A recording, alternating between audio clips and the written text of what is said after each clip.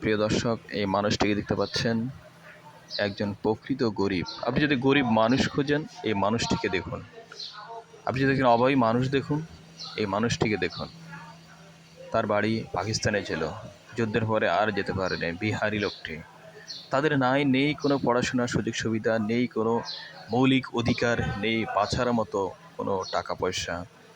একেবারে নির্বাসিত জীবন যাপন করেন তারা। তার একটি মেয়ে রয়েছে, মেয়ের বিবাহ দিবেন, কিন্তু টাকার জন্য বিবাহ দিতে পারতেছেন না। মানুষের ধারে ধারে খুঁজেন, মানুষ থেকে 10-20 টাকা নিয়ে চলেন, এভাবেই জীবনযাপন করেন। আপনি লোকটার চেহারার দিকে আসলে একবার দেখুন, তার গেট আপ দেখুন, সে কী অবস্থায় রয়েছে, আসলে তার শারীরিক গঠন দেখুন। আপনাদের দয়া হলে যে যা পারে তাদেরকে দিবেন।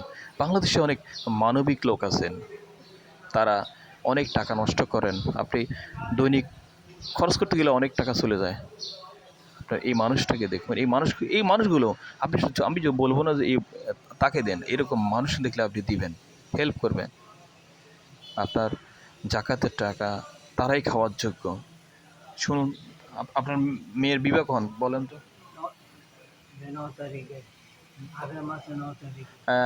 এপ্রিলের 9 তারিখে তার মেয়ের বিবাহ। আসলে সে বিহারি, তো আসলে কথাবার্তা স্পষ্ট না। আর একটা হচ্ছে, আমি যে মোবাইলে ভিডিও করতেছি সেটিও মানে ভয়েস টানতে পারতেছে না। বলেন তো, বলেন আগামী 9 তারিখে বিয়ে আছে। বলেন, আমার মেয়ের বিয়ের জন্য বলেন।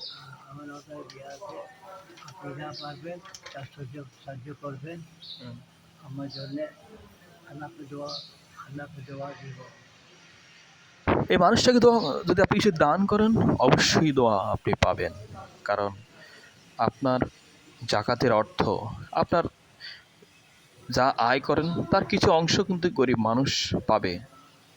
এইসব টাকা কিন্তু যদি এই মানুষগুলোকে দান করেন, আপনি পরকালে শান্তি লাভ করবেন।